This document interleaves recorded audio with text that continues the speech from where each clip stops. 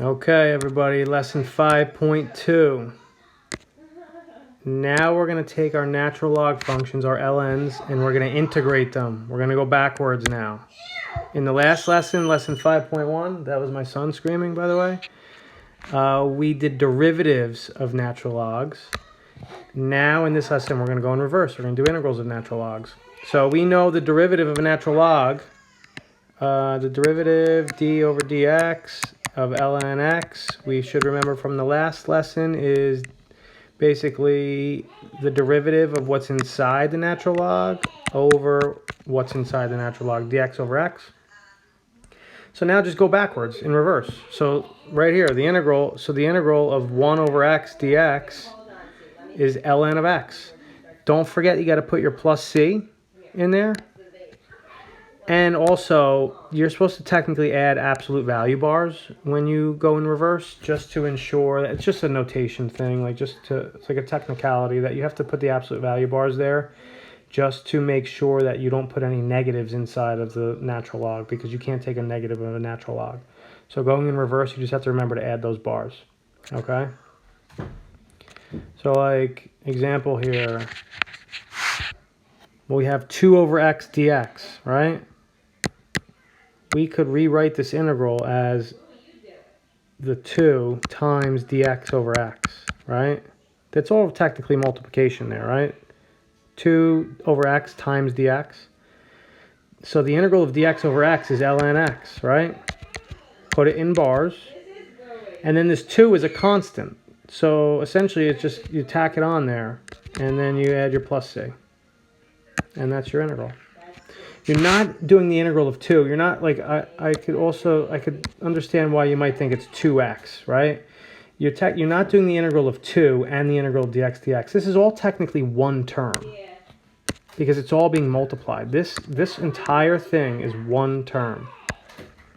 It's 2 times dx.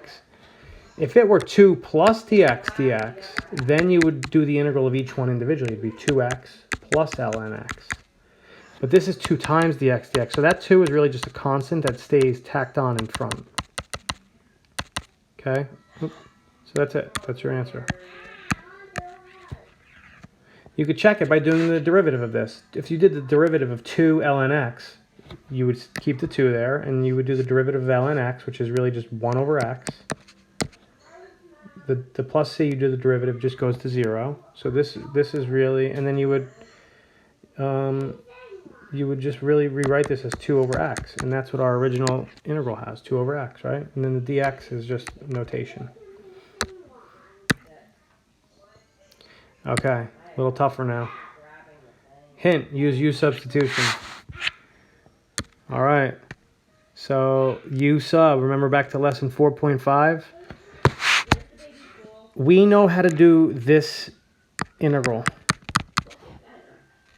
This integral is ln x plus c, okay? dx over x. Or we know how to do this integral, du over u.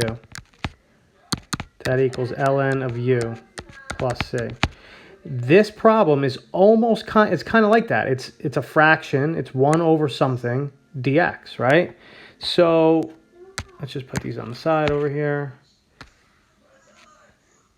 So basically we need to take this thing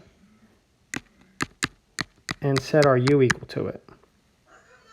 Okay, and you'll see why in a second. So if we do du, now I hope you didn't forget how to do this already, but you got to do your du, which is just going to be 4 dx.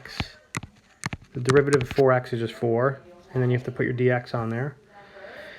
Now, we have this integral, 1 over 4x minus 1 is going to become 1 over u. Our dx, we need to sub out, and we need to sub in a du. But the problem is this 4, like in our du statement here, we have an extra 4 there. We need it to be 1 dx, right? See this? 1 dx. Right here we have 4 dx. So if you recall back in last chapter when we did this lesson, we had to sometimes adjust. We have to get rid of this 4 by dividing it over here. So now it's really just 1/4 du equals dx. So now it's basically 1/4 du. We're subbing in for our dx expression. So now this integral really becomes 1/4 times 1 over u du, which is really just 1/4. That 1/4 is a constant.